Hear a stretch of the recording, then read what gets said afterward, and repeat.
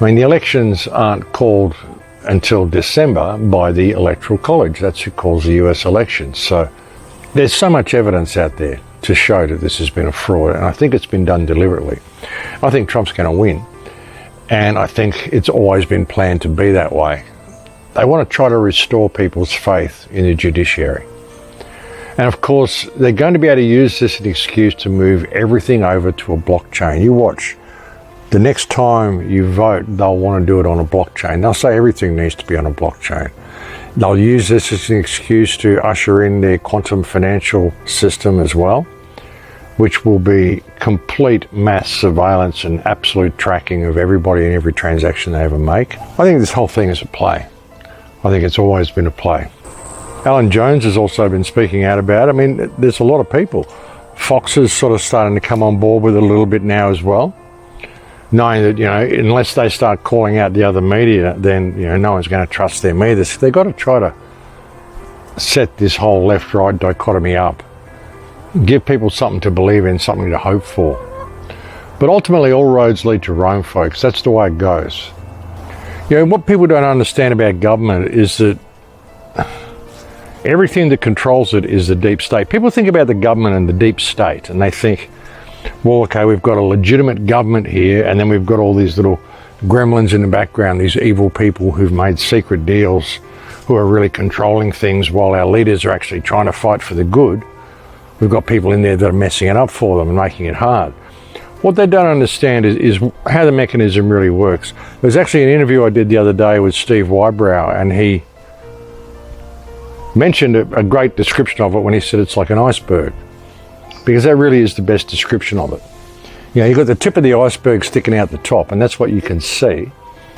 And that's just people that are put there, puppeteers, or puppets that are put there for us to vote for, people that we think are in control. But really, the rest of the iceberg is what's in control. The rest of the iceberg is the unelected government, the permanent government that's always there, that consists of major corporations, banking interests, big money cartels.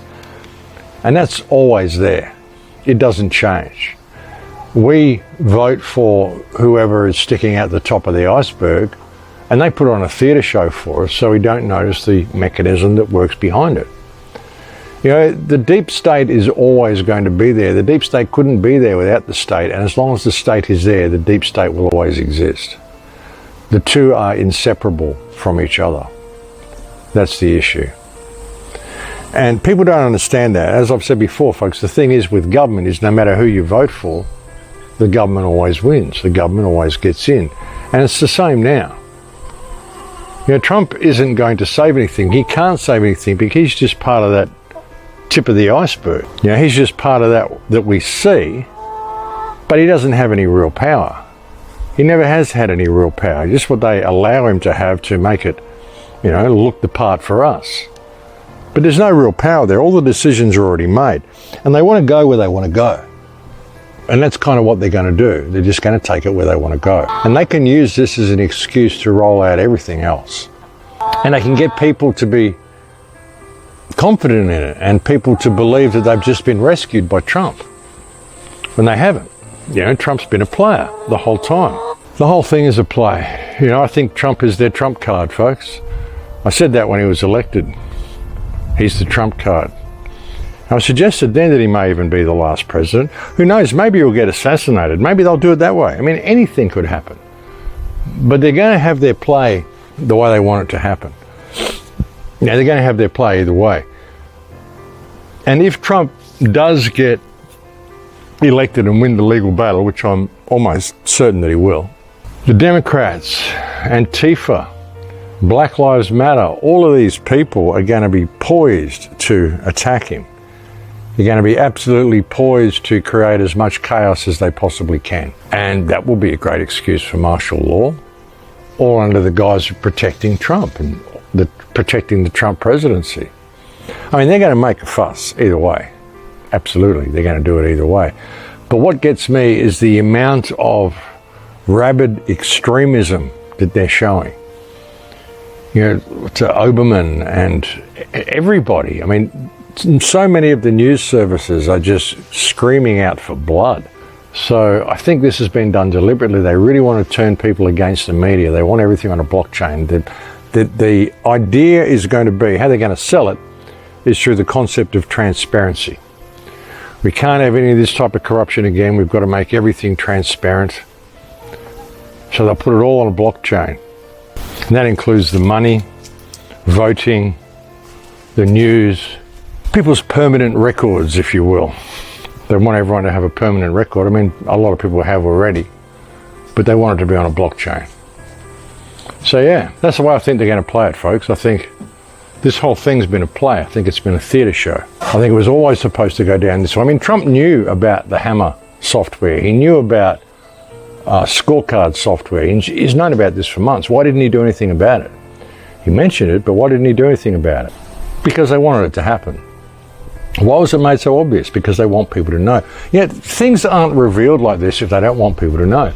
Even the Hunter Biden laptop, if you think about it, that just happened to be released just before the election so we could see just how corrupt all this is. I mean, they've gone to every extreme possible to completely demoralize the United States and cause people of the world and the United States to completely lose faith in the US democratic process. This isn't being done by mistake. I mean, they're not that stupid. They don't mess things up that much, folks.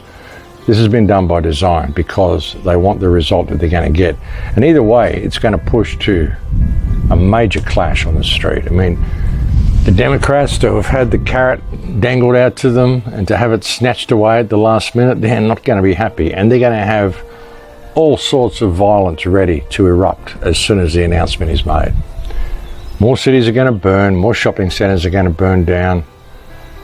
It's just going to be chaos, folks. We are really heading in for a hell of a 2021. We really are. It's going to be crazy. And through it all, the coming solar minimum. I mentioned this a year or two ago, or perhaps a year ago, perhaps 18 months ago, perhaps 2 years ago, but I've been mentioning it on and off.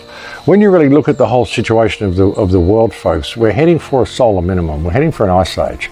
It's predicted to happen. Now, all you got to do, if you go into Google Images or any type of images, or just search for solar minimum, and you'll see graphs that show that these happen every 200 years or so. And we're heading into another one. We're heading into one sort of right now, and we should be well in the middle of a solar minimum by 2040, 2050. And it's going to be like a 50-year ice age. That's what's predicted. When it comes, it's going to be quite sudden. And you think about what they've done, you know, burning all the forests out, breaking down all the supply chains. If a solar minimum comes and things just suddenly get very cold and stay that way for 50 years, I think preparing for a solar minimum and just getting yourself a food supply, folks. Even the mainstream media is now saying, yes, we're heading for food shortages. They're saying this in the United States. They're saying it here. Zimbabwe is out of control. You know, countries in Africa are really, really having a hard time since the supply chain broke down. And these countries were having a hard time anyway because they've been so raped by the West. So we are heading for an interesting future, folks. Food shortages and perhaps a great deal colder in temperature. So just get prepared.